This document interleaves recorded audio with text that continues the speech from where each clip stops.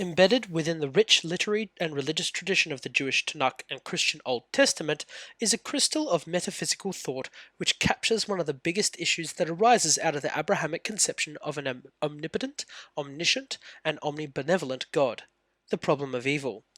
This text is the Book of Job, composed anonymously like the rest of the Jewish scriptures, but believed to have been penned sometime in the 6th century BCE.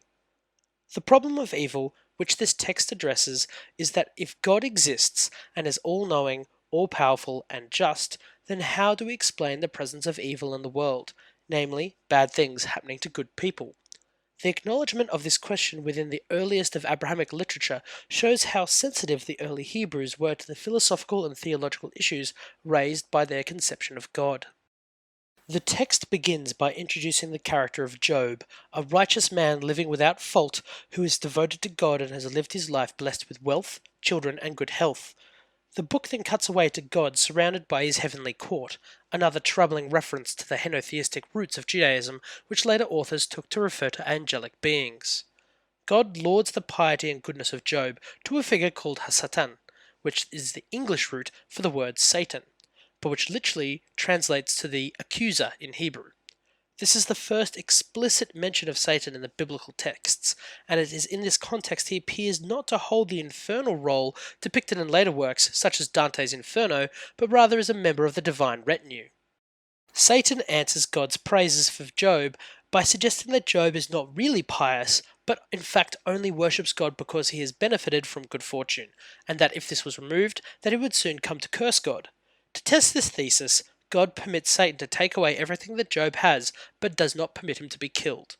Satan steals Job's wealth and kills his sons, but still Job persists in the worship of God, saying, "Naked I came out of my mother's womb, and naked I shall return. The God has given, and the Lord has taken away. Blessed be the name of the Lord."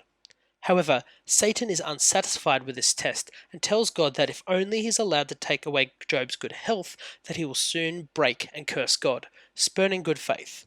God now permits Satan to inflict Job with sickness in the form of boils all over his body. Job now isolates himself, described as sitting in ashes, miserable with his lot in life.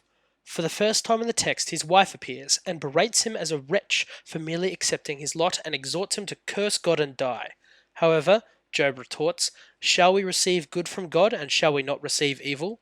At which point his wife exits stage left, a minor role which some critics have argued is another misogynistic analogy for the temptress role of Eve in the Garden of Eden, portraying women as a path away from God.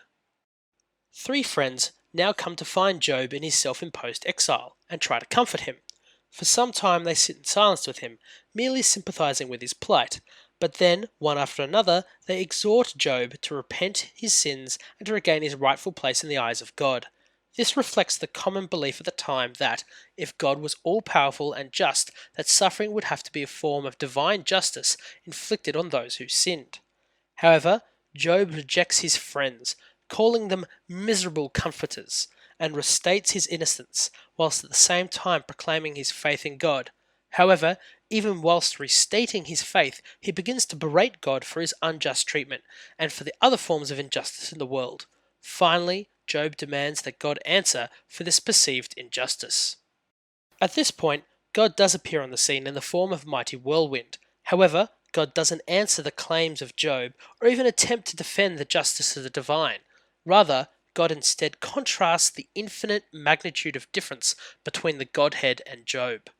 "Where were you when I laid the foundations of the earth?" states God, and eventually Job accepts God's awesome power and admits his own ignorance of the divine will, closing the dialogue, "Therefore I retract and repent in dust and ashes."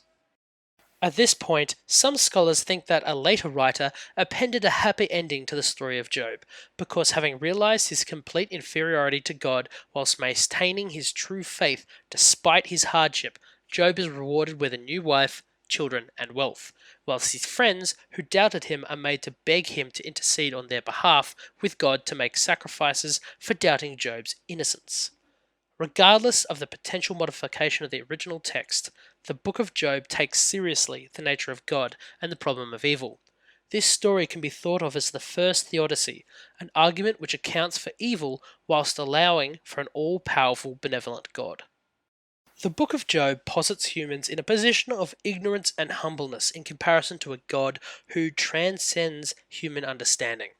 Although we may from time to time perceive God's actions as being unjust, the text argues that clearly it is merely because we are too feeble to comprehend the majestic will of the Lord. Although this argument is contested, particularly in the modern age, it lays the foundation of Abrahamic theodicies, a key component of theology as the Abrahamic daughter religions of Islam and Christianity eventually spread throughout the Mediterranean world and beyond.